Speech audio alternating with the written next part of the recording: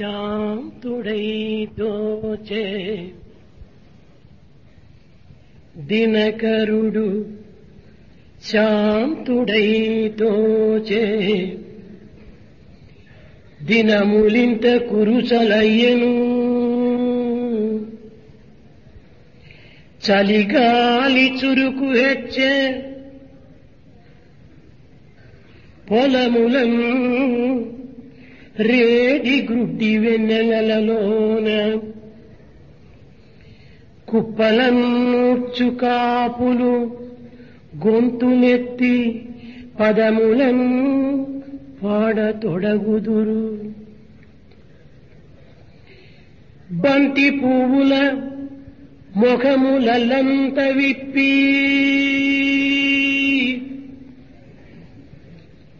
బంతి పువ్వుల ముఖములంత విప్పి మన గృహంబుల ధాన్య సంపదల నిల్పి సరసురాలైన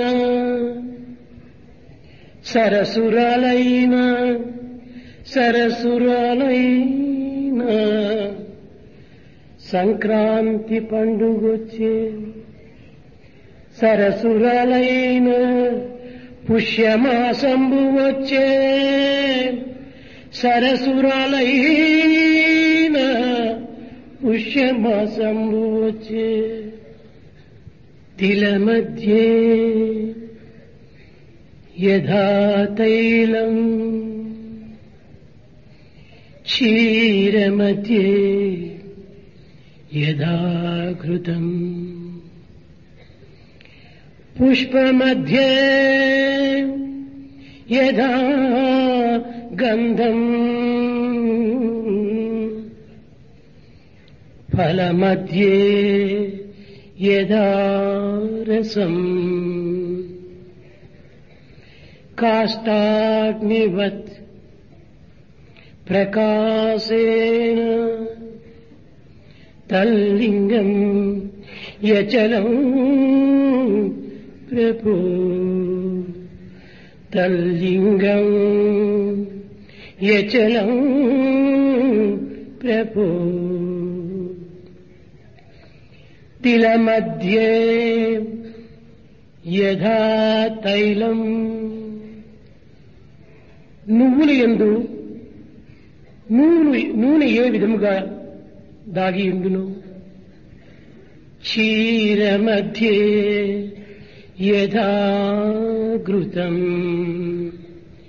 పాలయందు నెయ్యి ఏ విధముగా దాగుకుని ఉండును పువ్వు మధ్యే యథా గంధం పుష్పముల యందు మధురమైన సువాసన ఏ విధంగా దాగియుండును ఫల మధ్యే యథా రసం ఫలముల యందు మధుర రసము ఏ విధంగా ఇమిడి ఉండును కాష్టాగ్నివత్ ప్రకాశేన కర్రల యందు అగ్ని బహిర్ముఖం కాక అంతర్ముఖంగా ఏ విధంగా నిలిచి ఉండును లింగం యచలం ప్రభు ప్రతి జీవుని యందు కూడాను ప్రతి మానవుని యందు కూడాను అగోచరంగా ప్రమాణ స్వరూపుడై భగవంతుడు కూడాను దాగి ఉన్నాడు.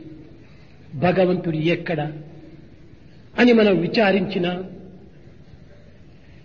కన్నుల యందు దృష్టి ఏ విధంగా ఉన్నదో కర్ణముల యందు ఏ విధంగా శబ్దము ఇమిడి ఉన్నదో నాలుక యందు రుచి ఏ విధంగా ఇమిడి ఉన్నదో అటులనే సర్వ ప్రాణుల యందు కూడాను భగవంతుడు చైతన్య స్వరూపుడై ఉన్నాడు. కానుపించడి జగతిలో కానరాక కానుపించడి జగతిలో కానరాక అందు వెల్గొందు చైతన్యమే ఆత్మరూపు మణునయందలి సూత్రంబు మాదిరిగను విశ్వమంతయు నిండెను విశ్వగుడు. ప్రేమ స్వరూపులారా, మానవుడు అనేక విధములైనటువంటి యొక్క సాధనలు సలుపుచు తన యొక్క దృష్టిని ఫలనిమిత్తమై ప్రాకులాడుతూ కాలమును గడుపుచున్నాడు.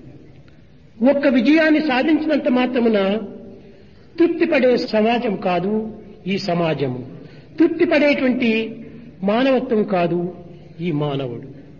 ఇంకా అనేక విధములైనటువంటి యొక్క ఫలమును సాధించవలనని నిరంతరము కృషి సలుపుతుంటాడు. కానీ ఈనాటి మానవులకు అసంతృప్తి అందే తృప్తి ఉండినట్టుగా భావిస్తున్నాడు.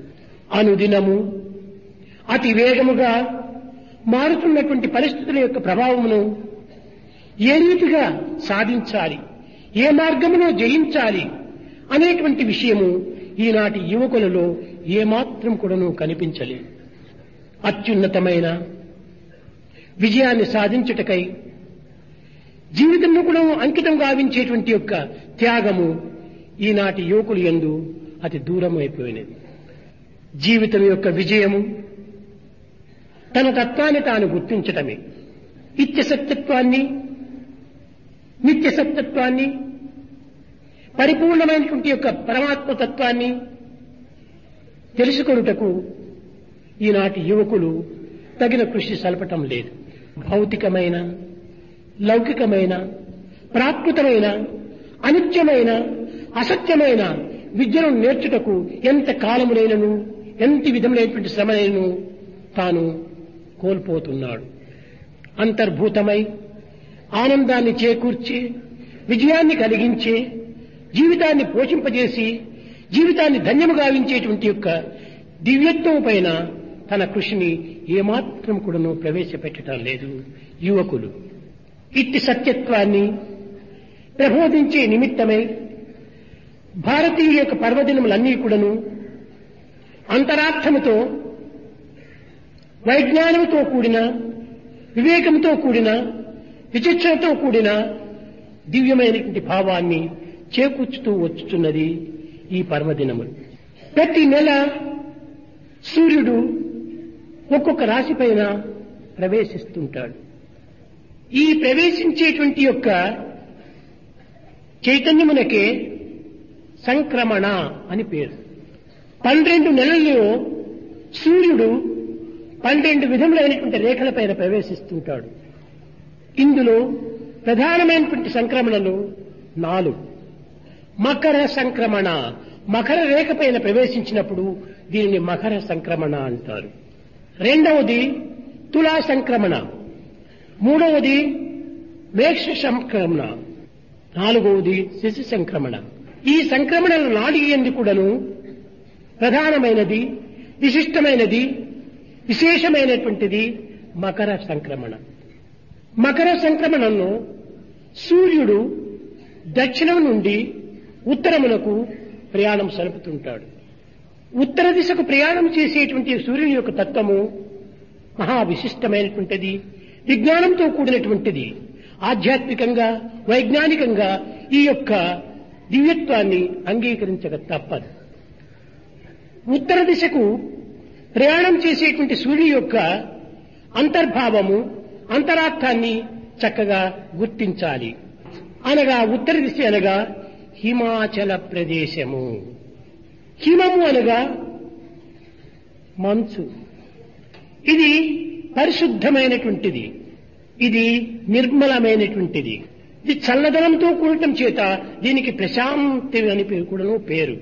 ఇది కదలిక లేనటువంటిది, అచలము, స్థిరముగా ఉండేటువంటిది. హిమాచల ప్రదేశం అనగా కేవలం ఒక సిమ్లాని కానీ లేక హిమాచల పర్వతములని కానీ మనం ఊహించరాదు.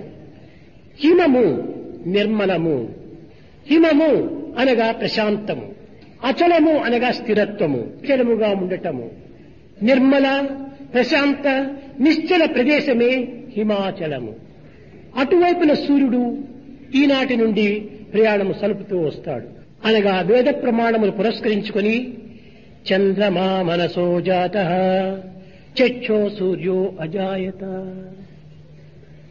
చంద్రుడనగా మనస్సు, మనస్సునకు ప్రతిబింబము.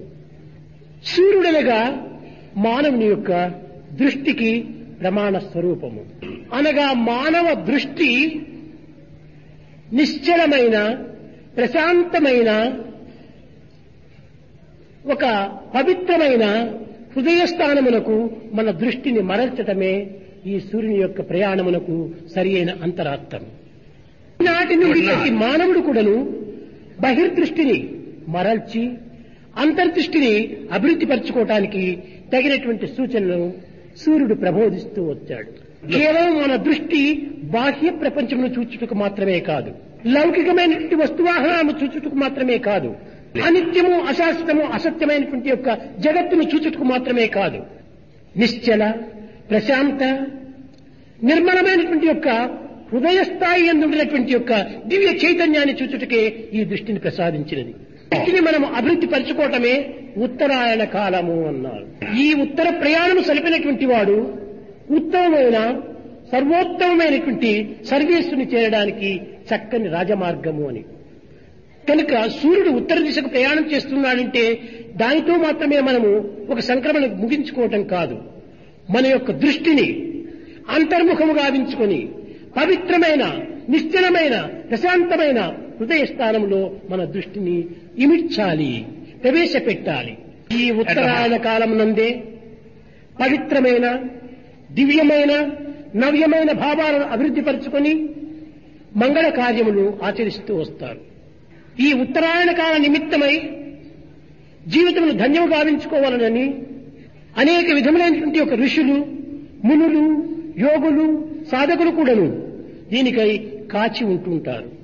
మహాజ్ఞాని అయినటువంటి భీష్ముడు నేలకు ఒరిగినప్పటికీ ఉత్తరాయణ కాలం వచ్చేంత వరకు తన ప్రాణం వదలదని సంకల్పము దృఢం గావించుకొని 56 దినములు ఉత్తరాయణ కాలం కోసమే నిరీక్షిస్తూ వచ్చాడు. ఈ ఉత్తరాయణ కాలములో మరణించినటువంటి వారికి పునర్జన్మ నవిద్యతే, పునర్జన్మనే లేదు అని ప్రబోధిస్తూ వచ్చింది. అట్లా అని కేవలం మనం మూర్ఖంగా ఉత్తరాయణ కాలంలో మరణించినటువంటి వాడు ఉన్నత స్థాయిని పొందుతాడని ఊరి వేసుకుని చావకూడదు. సహజమైనటువంటి యొక్క భావముతో, ప్రశాంతమైనటువంటి యొక్క హృదయముతో, పవిత్రమైనటువంటి చింతనతో మన ప్రాణమును వదలాలి. అది ఉత్తరాయణ కాలమునకు తగినటువంటి యొక్క గుర్తు. ఈ ఉత్తరాయణ కాలంలో చేరడానికి ఆధారం ఏదైనా ఒకటి ఉండాలి. దీనికి ఒక చక్కని ఒక కథ ఉన్నది. ప్రాచేతనుడు అనగా వాల్మీకి 100 కోట్ల ఆత్మరామాయణం గురించి వ్రాస్తూ వచ్చాడు. ఈ ఆత్మజ్ఞానమును గురించినటువంటి రాసినటువంటి ఈ 100 కోట్ల శ్లోకములను ముల్లోక వాసులకుడును పంచాలి అని సంకల్పించుకున్నాడు. నాగలోకము, నరలోకము, ఈ భూలోకము, ఈ మూడింటి ఎందుకుడను అనగా దేవలోకము అని ఈ మూడింటి కొను సమానముగా ఈ 100 కోట్లు పంచాలని సంకల్పించుకున్నాడు. ఈ విధంగా పంచాలి డివైడ్ చేస్తూ వచ్చాడు మ్యాథమెటిక్స్. 33 కోట్ల 33 లక్షల 33,333 ఈ విధంగా 3 లోకములకు పంచాడు. కానీ ఒక్క శ్లోకం మిగిలి ఉంది.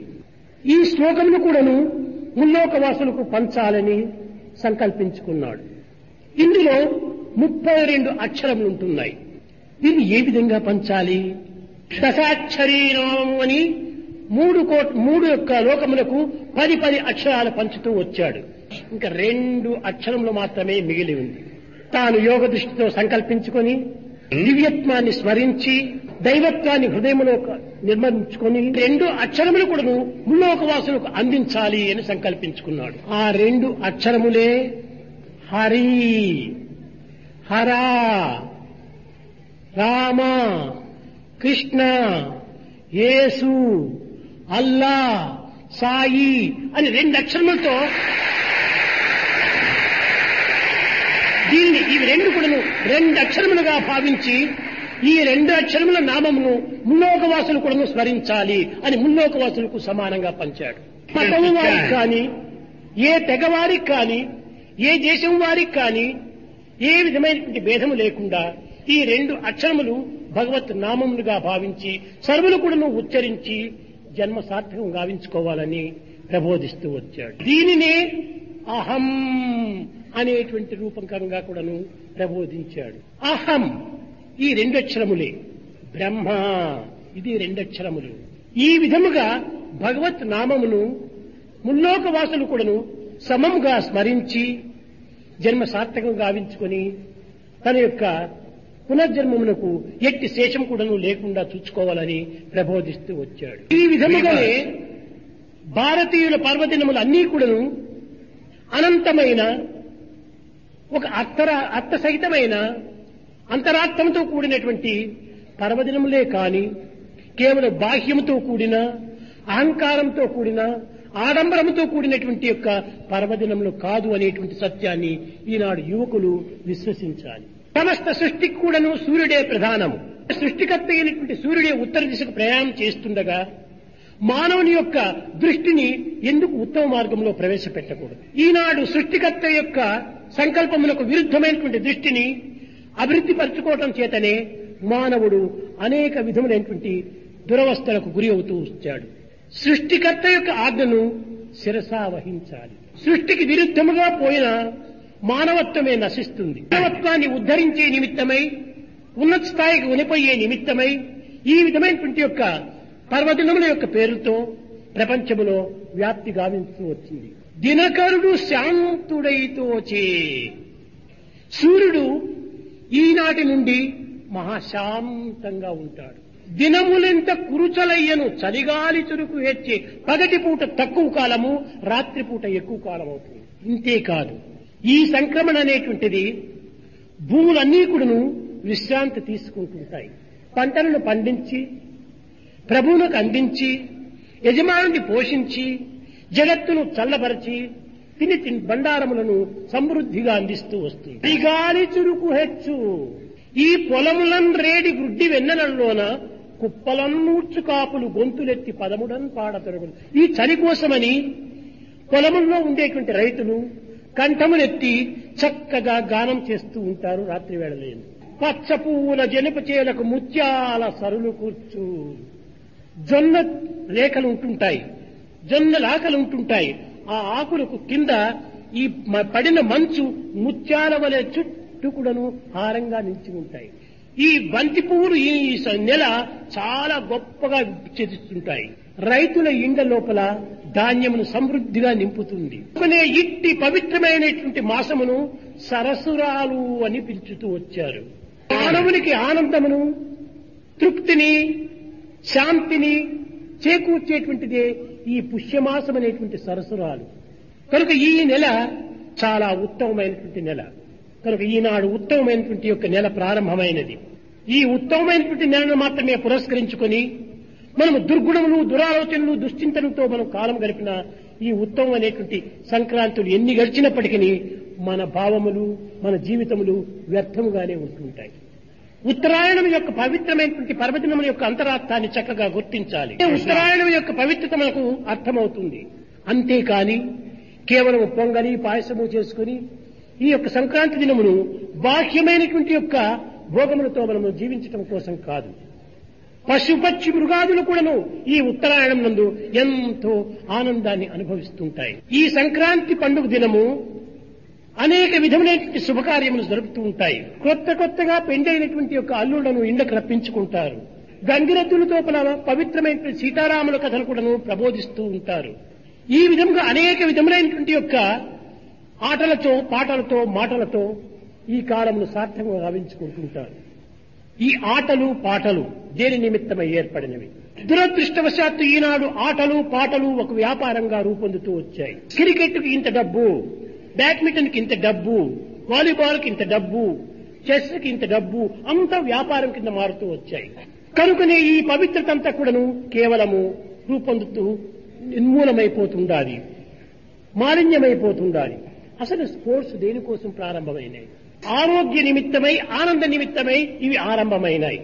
చక్కగా ఆటలాడి శరీరమును చక్కగా దృఢకాయుడుగా చేసుకొని ఈ ఆటల్లో వచ్చేటువంటి యొక్క ఆనందమును 10 మందికి పంచుకుంటూ ఒకరికొకరు హేక్ హ్యాండ్ చేసుకుంటూ ఏకత్వాన్ని అభివృద్ధి పరుచుకుంటూ రావాలి.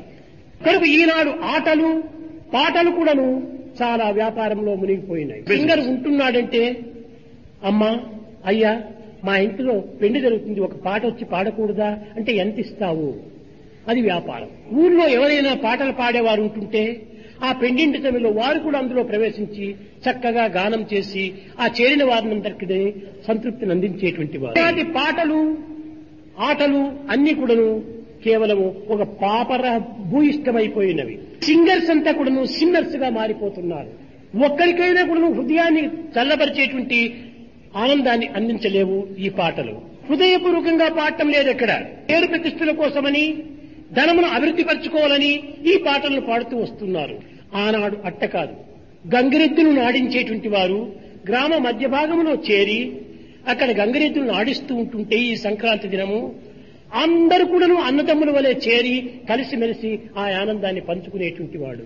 అందరూ కూడాను తమ్ముడా రమ్ము గంగెద్దు దాసుడడిగో పిల్లయు మొలత్రాడు ద్రండెకడము ముక్కునం బైడి కాడయు మోమునందు పంగనామంబులును గంగిరెద్దు ములికోల తన పేరు చెప్పుచుండ ఊరు వీధి నాడించె నుండె రమ్ము తమ్ముడా రమ్ము తమ్ముడా రమ్ము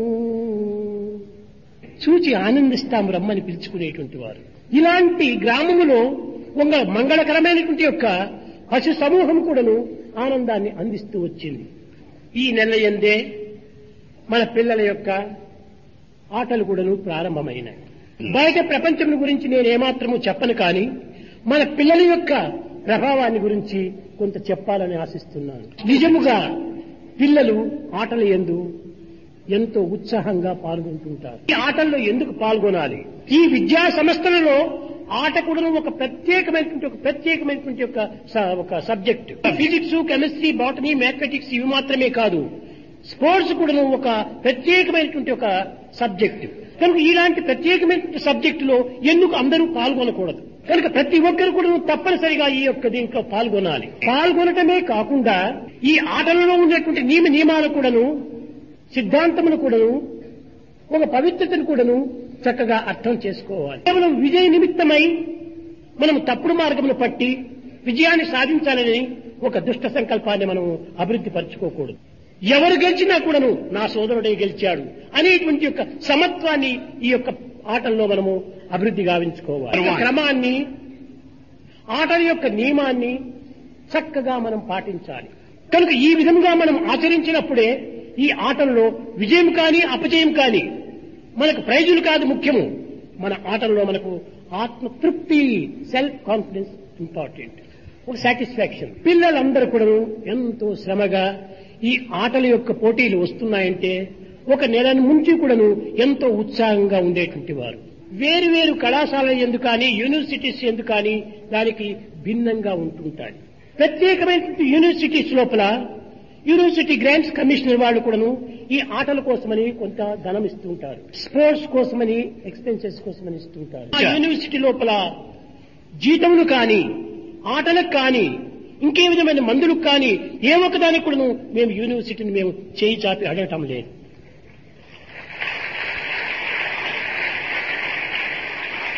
కూడాను యూనివర్సిటీ నుంచి కూడా మేము జీతాలు తీసుకోవటం లేదు, అంతా సెంట్రల్ ట్రస్ట్ నుంచినే ఇస్తున్నాం. ఫ్రీ ఎడ్యుకేషన్ మొదలు పీజీ వరకు కూడా ఫ్రీ ఎడ్యుకేషన్.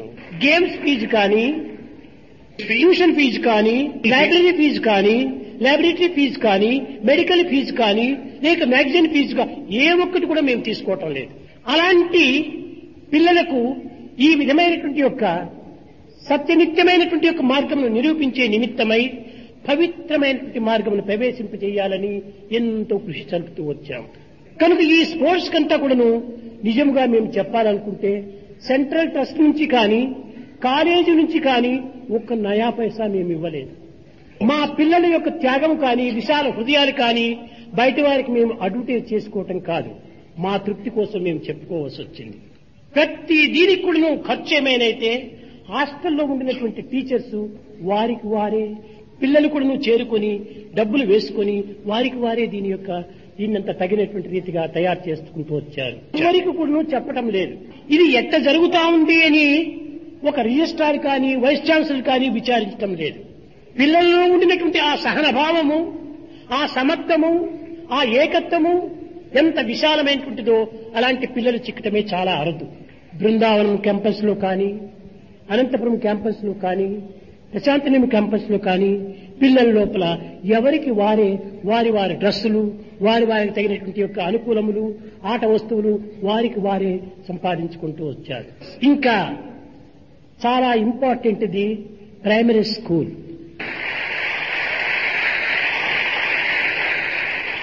నిజముగా ఈ జగత్తులో సత్యాన్ని మనం చక్కగా విచారించి కన్నులు తెరిచి విశాల హృదయంతో మనం పలికించడానికి ప్రయత్నం చేస్తే ఎక్కడ స్త్రీలు ఉంటున్నారో అక్కడ విద్య చాలా గొప్పగా అభివృద్ధి అవుతూ ఉండాలి. విద్యార్థులను చక్కగా కాన్సన్ట్రేట్ చేస్తూ ఉంటారు, ఏకాగ్రతను పెంచుకుంటారు. వారు చేసేటువంటి పనుల లోపల చక్కగా ఏకాగ్రతను చూస్తూ వస్తారు, కానీ అటు ఇటు ప్రేక్షకులను చూసుకుంటూ రారు. కనుకనే వారు చేసేటువంటి ప్రతి కార్యములు కూడాను కర్ణానందముగా, నేత్రానందముగా, హృదయానందముగా కనిపిస్తూ ఉంటాయి. ఆ చిన్న పిల్లలు మన ఇంటిలో ఎవరైనా ఒక చిన్న బిడ్డ ఉంటుంటే ఆ బిడ్డను సర్దుకోవటమే మహా కష్టంగా ఉంటుంటారు. 1100 మంది ఆ యొక్క ప్రైమరీ స్కూల్లో ఉంటుంటే వారు ఎన్ని విధములైనటువంటి శ్రమ పడుతున్నారనేటువంటిది విశాల హృదయాలు విచారించితే అర్థమవుతుంది. పిల్లలు 4.5 సంవత్సరాల పిల్లలు, 5 సంవత్సరాల పిల్లలు మీరు చూచి ఉంటారు. వాళ్ళు ఎంత చక్కని డిసిప్లిన్, వాళ్ళు భుజించటం కానీ, వారు తిరుగాటం కానీ, వారు చేయటం కానీ అన్నిటినీ కూడా చిన్న వయసు లోపలనే వారిని చక్కగా తీర్చిదిద్దుతూ వస్తుంటారు.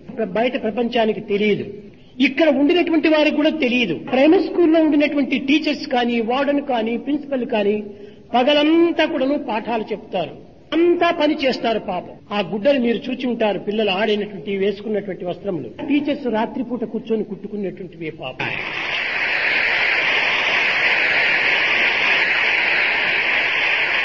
ఒక్కొక్క తూరి ఆ టీచర్స్ ని చూచినప్పుడు నాకే చాలా హృదయం కరిగిపోతుంది. లేదు, కన్నులంతా వాచి ఉంటాయి. ఏమిటంటే రాత్రంతా పనిచేశారు. ఇంత చక్కని గొప్ప ఆనందాన్ని చేకూర్చేటువంటి ఉద్యానవనముగా ఈ పిల్లలంతా రంగులు రంగులుగా వచ్చేటప్పటికి అది మహాసుందర ఉద్యానవనంగా ఉంటుంటాయి, నందనవనంగా కనిపించింది. పిల్లలు వస్తూ ఉంటుంటే ఎవరు గైడ్ చేస్తున్నారు, ఎవరు ఏ విధంగా, ఎవరు కూడా తెలియదు. ఆడాలో ఎట్లా అంతా ఆ పిల్లల యొక్క హృదయంలో ఒక టేప్ రికార్డ్ మాదిరి ప్రింట్ అయిపోయి ఉంటుంటారు. ఈ వస్త్రములకు ఎంత ఖర్చు అవుతుందో మీరు యోచించండి. విలువైనటువంటి వస్త్రములు, ఒక వస్త్రం వల్ల మరొక వస్త్రం ఆ కలర్ లో చేరదు, అంతా వారికి వారే చేసుకున్నటువంటి పాపం. స్వామి మాకింత ఫ్రీ ఎడ్యుకేషన్ ఇచ్చినారు, మమ్మల్ని ఈ విధంగా పోషించాడు, సంవత్సరంకు ఒక్క పర్యాయమైనా కూడాను మేము ఈ విధంగా సేవ చేయకపోతే మేము చదివి ప్రయోజనం ఏమిటి అనేటువంటి సత్యమైనటువంటి భావంతో వారు ఈ విధమైనటువంటి త్యాగానికి పూనుకుంటుంటారు.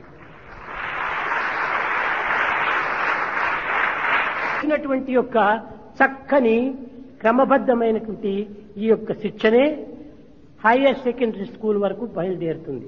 హైయర్ సెకండరీ స్కూల్ లోపల కొంత టెంపరేచర్ తగ్గిపోతుంది. కారణం ఏమిటి?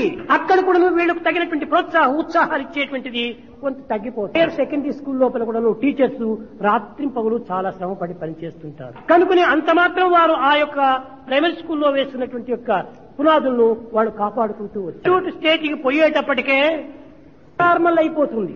ఈ క్రమశిక్షణ అంతా కూడా తగ్గిపోతుంటుండాలి. కారణం ఏమిటి? అక్కడ ఉన్నటువంటి అధికారులు దీన్ని సరైనటువంటి శ్రద్ధ పట్టుకొని పోషించడం లేదు. ఏదో మనం టీచర్స్ గా వచ్చాము, మనం నేర్చుకుని పిల్లలకి చెప్పేస్తాము, ఈ పాఠములు చెప్పడమే మన యొక్క పని, పిల్లల యొక్క అభివృద్ధి ఏమిటో అనేటువంటి కొంతవరకు ఎక్కువ మంది విచారించడం లేదు. ఒక్కరు కూడా కాపాడుకోలేకపోతున్నారు. అయితే ఈ ప్రైమరీ స్కూల్ లోపల పడినటువంటి యొక్క పునాదే ఇంకా కొంతవరకు వారి హృదయంలో ఉంటుంది. ఈ పిల్లలే మన ఇన్స్టిట్యూట్ కు చేరినటువంటి వాళ్లలో ఈ క్రమశిక్షణ కనిపిస్తూ ఉంటుండాలి. వచ్చినటువంటి వారితో చేరి క్రమక్రమేణా ఈ పిల్లలు కూడా పాడవుతుంటారు. Tell me your company, I shall tell you what you are. బయట అనేక రకమైనటువంటి యొక్క చర్యలంతా కూడా వారి హృదయంలో నిండి ఉంటాయి. కనుక మనం ఈనాడు నేర్చుకోవాల్సినటువంటిది ఏమిటంటే ఈ ప్రైమరీ స్కూల్ నుంచి ప్రారంభమైనటువంటి క్రమశిక్షణను మనం ఇన్స్టిట్యూట్ వరకు కాపాడుకోవటం ప్రతి టీచర్ యొక్క బాధ్యత. కలిగించడం లేదు. పోనీ వారికి తగినటువంటి జీతం లాంటి తగ్గించడం లేదు. ఈ గ్రాంట్స్ కమిషన్ దీంట్లో ఉన్నటువంటి యొక్క నిబంధనల ప్రకారము స్కేల్ ప్రకారం వారికి ఇస్తున్నాము. ఆ యూనివర్సిటీ గ్రాంట్స్ కమిషన్ కూడాను ఏమో వాళ్ళకి బుద్ధి ఉందో లేదో గాని ఈ ప్రపంచంలో ఉండినటువంటి దీన్నంతా ఇష్టం వచ్చినట్టుగా ఒక రేట్లు పెంచుకుంటూ పోతున్నారు.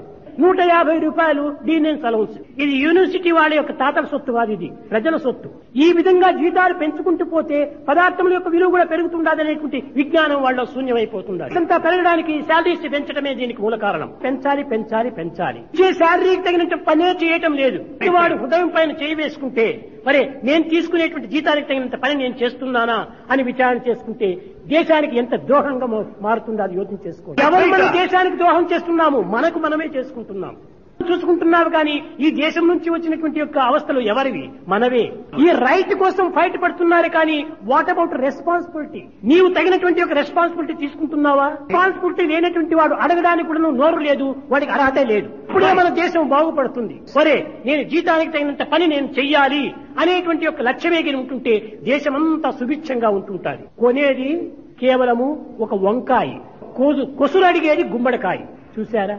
చెప్పేది చేసేది చాలా తక్కువ, మాత్రం ఎక్కువ కావాలి. ఎక్కువ తీసుకో, తప్పులేదు. కానీ నీవు తీసుకోవటం వల్ల జగత్తుకి ఏమి జరుగుతుండాలి? పదార్థములు కూడా నువ్వు వెలెక్కిపోతుండాలి. ఈ వెలెక్కిపోతే బీదవాళ్ల గతి ఏమిటి? కుటుంబమేమో పెరిగింది, నీ కుటుంబం నువ్వు సుఖంగా అనుభవించవచ్చు. కుటుంబాలు లేనటువంటి యొక్క పూర్వీకులు అనగా బీదవారి యొక్క గతి ఏమిటి? ఈ విశాల హృదయము భారతీయుల లోపల చక్కగా అభివృద్ధి పరచుకోవాలి. 100 సంవత్సరం నుంచి విశాలమైనటువంటి హృదయాన్ని పెంచుకోవాలి. అయితే మన యొక్క యూనివర్సిటీ లోపల ఇలాంటి దానికి అవకాశాలు లేదు. సాధ్యమైనంత వరకు కూడాను మన అధ్యాపకులు విద్యార్థులు కలిసిమెలిసి తగినటువంటి యొక్క కాలమును కూడా అధిక కాలమైన కూడా వాళ్ళు వినియోగించి టీచ్ చేస్తూ ఉన్నారు. ఏ సమయంలో పోయి విద్యార్థి తన సందేహాలు అడిగినప్పటికీ టీచర్స్ చక్కగా వాళ్లకు ఆ సమయాన్ని పురస్కరించుకుని బోధించండి, నమ్మకపోండి. కానీ మా యొక్క యూనివర్సిటీ అనగా ఇన్స్టిట్యూట్ యొక్క క్రమశిక్షణ కానీ విద్యా విధానం కానీ ఈ ఇండియాలో లేనే లేదు.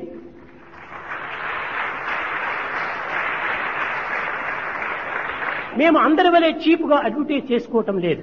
మా పిల్లల లోపల చక్కని ఫస్ట్ ర్యాంక్స్ వస్తుంటాయి. మొన్న ఢిల్లీ సెంటర్ నుంచి కూడాను మా పిల్లలకు ఒక జాబ్ వచ్చింది. 10th క్లాస్ పిల్లలంతా కూడాను 125 మంది చేరారు. పరీక్షలో కూర్చున్నారు. ఒక్కొక్క స్టేట్ లోపల ఒక్కొక్క పిల్లవాడు ఫస్ట్ వచ్చాడు. ఒక స్టేట్ కు మాత్రమే ఫస్ట్ వచ్చారు. పిల్లల ఫోటోలు వేసి చక్కగా వీడు ఫలాని ఆంధ్ర స్టేట్ లోపల ఫస్ట్ వచ్చినటువంటి వాడు అని వేసుకున్నారు. అది మాకు సంతోషమే. కానీ పోయినటువంటి మా 120 మంది పిల్లలు కూడాను ఆల్ ఇండియా లెవెల్లో ఫస్ట్ వచ్చారు. కానీ మేము ఒక పిల్లవాడి ఫోటో ఇవ్వలేదు. అందరికంటే కూడా ఒక ఫస్ట్ ర్యాంక్ వచ్చి వాడికి ఒక డబ్బును కూడా అందించడానికి సెంట్రల్ ట్రస్ట్ నుంచి వచ్చింది, సెంట్రల్ ఎడ్యుకేషన్ దీని నుంచి. నేను చెప్పాను, బాబు నీకు అవార్డు కూడా వచ్చింది, నీవు వెళ్ళు, ప్రెసిడెంట్ అవార్డు అని పిలిచారు. పిల్లల యొక్క భావం ఎంత విశాలమైనవో చక్కగా మీరు యోచన చేసుకోండి. బాయ్ నాయన అవార్డు వచ్చింది, నువ్వు వెళ్ళు ఢిల్లీ, ప్రెసిడెంట్ పిలిచాడు, ప్రైమ్ మినిస్టర్ పిలిచాడు, లెటర్స్ వచ్చాయి. చేతులు జోడించుకుని స్వామి నన్ను క్షమించండి, నేను ప్రెసిడెంట్ అవార్డు కోసం నేను చదవలేదు, ప్రైమ్ మినిస్టర్ అవార్డు కోసం నేను చదవలేదు, స్వామి తృప్తి కోసం చదివాను.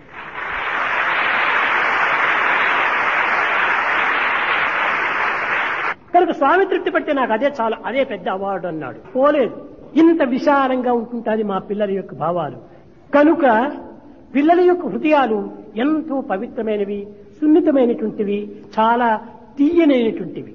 ఇలాంటి పిల్లల యొక్క పరిస్థితిని మనం ఈనాడు చెప్పుకోవటం అంటే కేవలం ఉత్సాహాన్ని పట్టుకోలేక మీకు ఈ విషయాన్ని తెలపటమే కానీ, కేవలం 10 మందికి తెలియాలని కానీ, మా యొక్క విద్యా సంస్థ యొక్క విలువలు 10 మందికి బోధించాలని కానీ మేము ఎప్పుడు కూడా ప్రయత్నం చేయటం లేదు. కొంతమంది పిల్లలు వచ్చారు, స్వామి నాకు ఓ గ్రేడ్ వచ్చింది, ఓ గ్రేడ్ వచ్చింది అని వచ్చారు. చెప్పానప్పుడు ఈ ఓ గ్రేడ్ రావటం నీకు కాదు, నీవు చదివిన చదువుకు వచ్చింది. అది స్టడీకి వచ్చింది కానీ ఓ గ్రేడ్ నీకు రాలేదు, నీవు పొందలేదు, నీవు చదివిన స్టడీ పొందింది. నీకు ఆ డిగ్రీ రావాలంటే ఏం చేయాలి? ఆ చదివిన చదువును ప్రాక్టికల్ లో పెట్టాలి, అప్పుడు నీకు డిగ్రీ వచ్చినట్టు. ఈనాడు కేవలం ఒక రామయ్య ఎంఏ ఎంఎస్సి పిహెచ్డి అని డిగ్రీ రాసుకుంటాడు. రామయ్య డిగ్రీలు కాదు, రామయ్య చదివిన దాని డిగ్రీలు. తలభారంగా ఉంటున్నది, ప్రాక్టికల్లో ఏముంటున్నది? జీరో ఉంటుండాలి.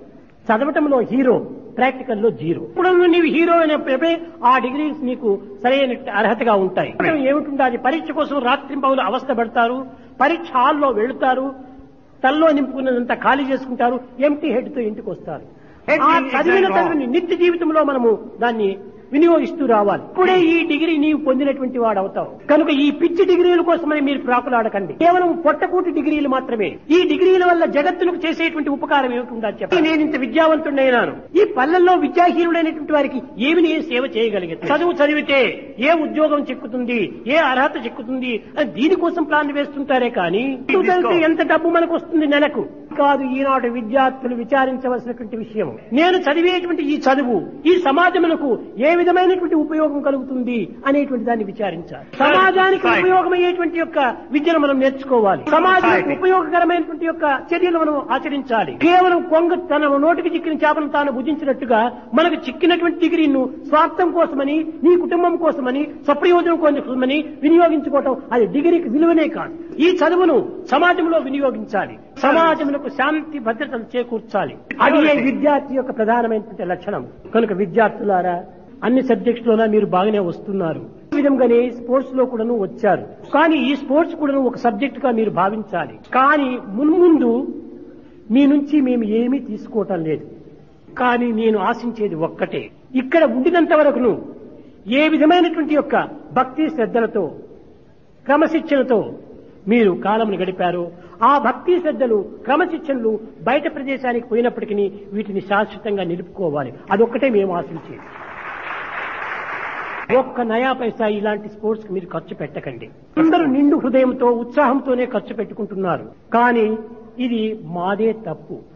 ఏ విధంగా ఖర్చు పెడుతున్నారు, ఎక్కడి నుంచి వస్తుండాది అని ఈ అధికారులు సరైనటువంటి విచారణ చేయకుండా పోవటమే పెద్ద లోపం. టన్నులు ఉపన్యాసం ఇవ్వటం కాదు ముఖ్యము. ఒక ఔన్స్ మనం అనుభవిస్తే అంతే చాలు. కనుక మనం ఒక్కదానిని మనం ఆచరించి చూపితే చాలు. కనుక ఈ ఉపన్యాసాలు అధికంగా ఉండేటువంటివన్నీ కట్టిపెట్టి కాలంలో వ్యర్థము చేయకుండా పిల్లలకు తగినటువంటి భవిష్యత్తుకు తగినటువంటి ప్రోత్సాహాలు అందిస్తూ ఈ తల్లిదండ్రులకు కానీ జగత్తుకు కానీ సమాజములకు కానీ ఒక ఆదర్శవంతమైన విద్యార్థులుగా తీర్చిదిద్దాలి. దీని యొక్క బాధ్యత అంతా కూడాను అధ్యాపకుల పైన, పైన, వైస్ ఛాన్సలర్ పైన ఆధారపడి ఉంటుంటారు. కానీ ఈనాడు మన సంస్థ విషయంలో మన విద్యార్థుల యొక్క భక్తి ప్రపత్తుల యొక్క ప్రభావం చేత ఏ యూనివర్సిటీలోనైనా కూడాను వైస్ ఛాన్సలర్ ను చూడాలంటే సంవత్సరంలో కొలది కూడాను చిక్కడు, ఎవరికి కనిపించడు. కానీ మన యొక్క యూనివర్సిటీ లోపల తెల్లవారి మొదలు రాత్రి వరకు కూడాను వైస్ ఛాన్సలరే మీతో నిలుచుకొని ఉంటున్నాడు. తెల్లవారి మొదలు మీ యొక్క క్షేమ సమాచారములు, మీ యొక్క అభివృద్ధులు, మీ యొక్క ఇక్కట్లు అన్ని విచారించి అప్పటికప్పటికి దానికి అన్ని కూడాను సమస్యలు తీరుస్తూ వస్తున్నాడు. ఇలాంటి అవకాశం మీకు చిక్కినందుకు దక్కించుకొని చక్కని శాంతిని, ఒక భద్రతను నిలబెట్టి దేశానికి ఆదర్శ పురుషులుగా మీకు తయారు కావాలి. విద్య ఎంత అవసరమో, విద్య ఎంత ముఖ్యమో ఆధ్యాత్మిక విద్య కూడాను అంత అవసరం. లేకపోవటం చేతనే అల్లకల్లోలములు అధికమైపోతున్నాయి జగత్తులో. భక్తి తప్పనిసరిగా ఉంటుండాలి మానవులకు. మనం తినే అన్నము కాని, తీసుకునే గాలి కాని, అనుభవించే వెలుతురు కాని, పలికే పలుకు కాని అన్ని కూడాను భగవంతుని ప్రసాదములే. ఈ పంచభూతములే భగవత్ స్వరూపాలు. లేకపోతే ఒక క్షణమైనా మీరు నిలిచగలుగుతున్నారా? భగవంతుడు ఇచ్చినటువంటి ఈ సర్వశక్తులు కూడాను అనుభవిస్తున్నాం. భగవంతునికి ఒక చిన్న థ్యాంక్స్ కూడాను చెప్పడం లేదు. ఏదో బయటపోతుంటే ఒక చిన్న టవల్ కింద పడిపోయిందంటే ఆ టవల్ ఎవడైనా తెచ్చి అందిస్తే థ్యాంక్స్ అంటారు. భగవంతుడు జీవితాన్ని ఇస్తూ, భూతముల్ని అందిస్తూ, మీ సుక్షేమాన్ని కోరుతూ, మీ యొక్క దీనిని అభివృద్ధిని కోరుతూ ఉంటుంటే అలాంటి భగవంతుని కూడా ఒక థ్యాంక్స్ చెప్పనక్కర్లేదా? అలాంటి భక్తి లేకుండా, భగవంతునికి కృతజ్ఞత లేకుండా ఉన్నటువంటి జీవి చచ్చి బ్రతికినటువంటి వాడి, లేక బ్రతికి చచ్చినటువంటి ఎందుకు ఈ జీవితాలు? దేనికైనా కూడా మనము ఒక విధమైనటువంటి మామూలుగా బిచ్చగాడు వచ్చి ఏదైనా హెల్ప్ చేసి వాడికి కూడా మనం థ్యాంక్స్ చేయాలి. కానీ వాడు బిచ్చగాడు, కానీ వాడు చేసిన పని గొప్పదే కదా. కనుక ఈ ఉపకారాన్ని మాత్రం ఏనాడు కూడా మనం మరవకూడదు. అలాంటి యొక్క ఉత్తమమైనటువంటి విద్యను మన విద్యార్థులు నేర్చుకోవాలి. మనకు ద్వేషులైనటువంటి వారిని కూడా మనం ప్రేమించాలి. వాడికి ఉండవచ్చు ద్వేషము, కానీ నీవు ద్వేషపడితే ఇంక వాటితో పాటు నీవు సమానమే, కానీ నీవు అది కూడా ఎట్లవుతావు. ద్వేషించినా నీవు ద్వేషించవద్దు. నీవు నవ్వుతూ దాన్ని స్వీకరించు. సిగ్గొస్తుంది, తర్వాత మారుతాడు. దుర్గుణాలను మాత్రము ఏ విద్యార్థి కూడా ప్రవేశపెట్టకూడదు. ఒక కోపం వచ్చింది నీకు, కోపం వచ్చినప్పుడు ఈ కోపంతో నీకు నోటికి పని చేసుకోకూడదు. అప్పుడు నీవు తలంచు, కాలంను తీసుకో. ఈ కాలంలో ఆ కోపం తగ్గిపోతుంది. ఏ విధంగా చేసుకోవాలి? కోపం వచ్చింది, I'm not dog, I'm man. I'm not dog, I'm man, I'm not dog, I'm man అని 10 తూర్లు ఉచ్చరించు, ఈ కోపం చల్లారిపోతుంది. లేక ఈ వయసు లోపల బ్రహ్మచారి శతమర్కట అన్నాడు. ఈ పిల్లలంతా కూడా వాళ్ళ బుద్ధి 100 కోతుల బుద్ధి. అలాంటి చంచలత్వంతో వచ్చినప్పుడు నువ్వు యోచించాలి. I'm not monkey, I'm man, I'm not monkey, I'm man, I'm not monkey, I'm man అని ఆ చంచలత్వం వచ్చినప్పుడు 10 తూర్లు ఉచ్చరించు, ఆ యొక్క చంచలత్వం యొక్క స్పీడ్ తగ్గిపోతుంది. ఇంకా ఏదైనా ఎవరైనా ఇతరుల వస్తువులన్నా కొంచెం తీసుకోవాలా, అపహరించాలనేటువంటి ఈ దొంగ బుద్ధి ఏమైనా మనలో వస్తే తక్షణమే చేతికి పని ఇవ్వకూడదు. ఛీ, నేను man, I'm man, not rat or cat, I'm man, not rat, not cat. విధంగా వింటే ఆ దొంగ బుద్ధి కూడా మార్పు వచ్చేసి ఏమైనటువంటి యొక్క చిన్న చిన్న మాటల చేతనే మనం ఎంతో శాంతిని మనం సంపాదించుకోవచ్చు. ఈ విధంగా విద్యార్థులు ఈ చిన్న వయసు నుండే పవిత్రమైన భావాలను పెంచుకుంటూ రావాలి. కనుక ఈ జరిగినటువంటి ఈ 3 క్యాంపుల లోపల, ప్రైమరీ స్కూల్ లోపల జరిగినటువంటి యొక్క చర్యలు అందరికీ ఆనందాన్ని అందిస్తూ వచ్చాయి. అందరూ ఎవరెవరి స్థాయికి తగినట్టుగా వారు చక్కని వారి శక్తి సామర్థ్యములు వినియోగపెట్టారు. ఒక్కటి కొంచెం మార్పు చేసుకోవాలి. మన స్పోర్ట్స్ అనేటువంటిది జరపాలి అనేటువంటిది 3 నెలలకు ముందుగానే Anantapuram college warden principal, Prasanthi Nilayam college warden and principal, Bengaluru college warden and principal, మన primary school warden and principal నలుగురు చేరి ఎవరెవరు ఏమేమి చెయ్యాలి అనేటువంటి విచారణ చేసుకుంటే ఈ యొక్క రిపీట్ చేయడానికి వీలుండదు.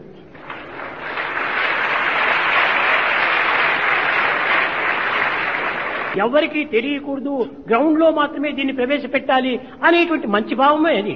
అయినప్పటికీ వారు చేసిందే వీళ్ళు, వీరు చేసిందే వాళ్ళు చేస్తుంటే అది కొంత విసుగ్గా కూడా ఉంటుంది.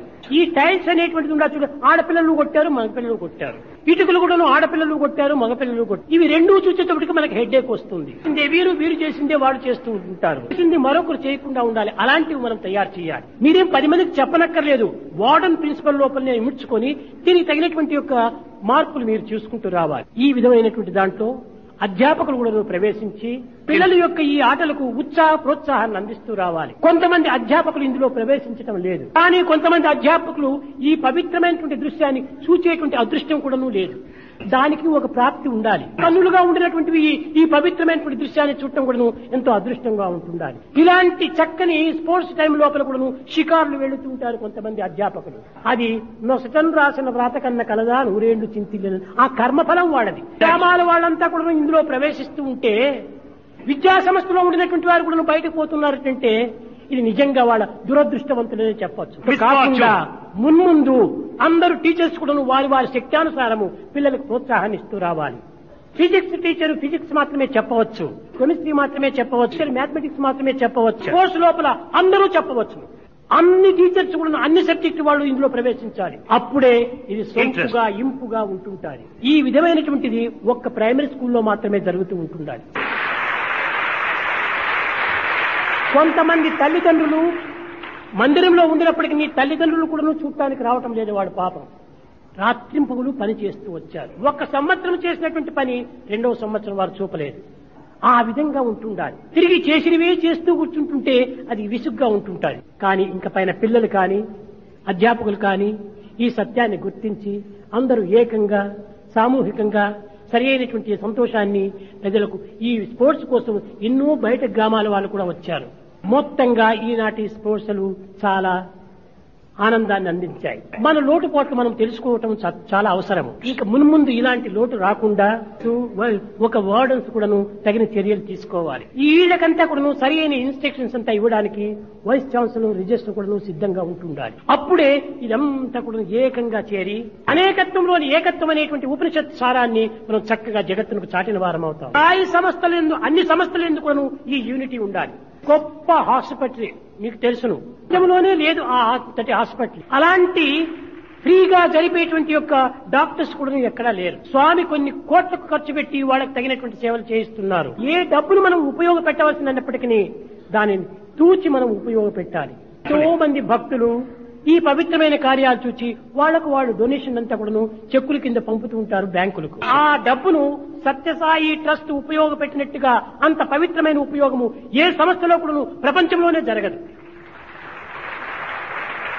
కానీ అసూయాపరులు, దుర్మార్గులు, గిట్టని వాళ్ళు ఈ యొక్క టెస్ట్ యొక్క దీనిని దుర్వినియోగం చేసుకుంటున్నారని ఆడిపోసుకుంటారు గాని అది మహాపాపం. వేస్ట్ మేము చెయ్యం. ఒక్కొక్క మండే వచ్చిందంటే ఈ కూలీలకంతా బట్టువాడాలు ఇవ్వాలంటే నా దగ్గర బిల్లు తేవడానికి నారాయణ అదురుతూ వస్తుంటాడు. నేను గమనించి ప్రశ్నించి దానికి తగినటువంటి రీతిగా చేస్తుంటాం. అంత పవిత్రంగా మేము ఉపయోగపెడుతుంటాం. డాక్టర్స్ కూడా ఎంతో వేళగాని వేళలో వచ్చినప్పటికీ వాళ్ళు ఎంతో త్యాగం చేసి ఆ పేషెంట్ ను చూస్తుంటారు. మన సంస్థలు అన్నింటి ఎందుకు ఒకరికొకరు సహకారంగా ఒకరికి కూడి ఎవరిపైన ద్వేషం లేకుండా, అసూయ లేకుండా ఏకత్వాన్ని పెంచుకోవాలి. అసలు కూడాను ఈ ఆర్గనైజేషన్స్ లోపల కూడాను ఈ సమత్వాన్ని మనం పెంచాలి. సంస్థ ఎట్టిదో సాయి పేరు అట్టిదిగా వస్తుంది. జరిగినా కూడాను సాయి పేరులో వస్తుంటాయి. సాధ్యమైనంత వరకు మనము ఆడంబరాలు తగ్గించుకొని మనం అభివృద్ధి గావించుకొని ఇతరులకంతా ఒక విధమైనటువంటి ఒక ఆదర్శప్రాయంగా మనం నిలిచాలి. కానీ ఈనాటి మన పిల్లలు ఎంతో ఆనందంగా సాయికి సంపూర్ణమైనటువంటి సంతృప్తిని అందించారు. దీనివల్ల స్వామి యొక్క ఆశీర్వాదాన్ని మీరు పొంది ఆరోగ్యవంతులై ఆదర్శవంతులై జగత్తుకు సరి అయినటువంటి యొక్క రూపాన్ని మీరు నిరూపిస్తారని నేను ఆశిస్తూ ఆశీర్వదిస్తూ నా ప్రసంగాన్ని నిర్వహిస్తున్నాను.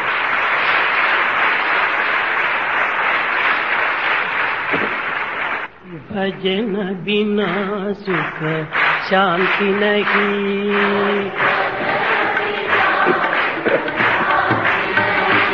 हरि भजन बिना सुख शांति नहीं,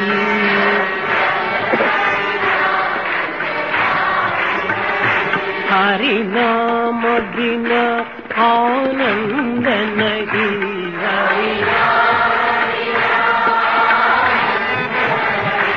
हरि नाम बिना आनंद नहीं,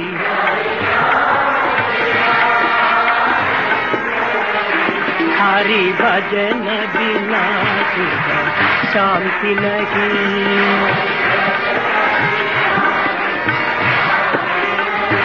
जप जान बिना संयोग नहीं, जप प्रभु दर्श बिना प्रज्ञान नहीं,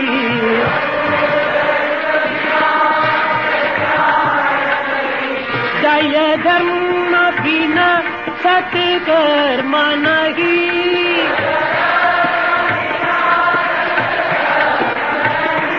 भगवान बिना कोई अपना नहीं,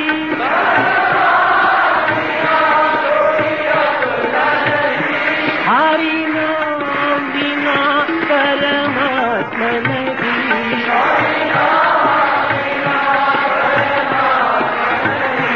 हरि नाम बिना परमात्मा नहीं,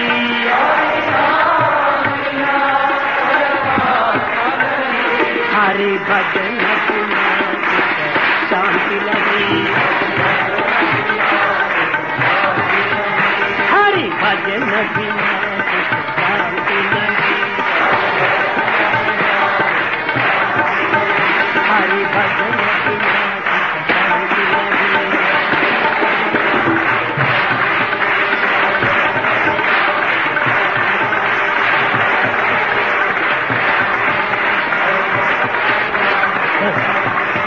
हरि नाम बिना आनंद नहीं, हरि भजन बिना सुख शांति नहीं, सुख शांति नहीं, सुख शांति नहीं।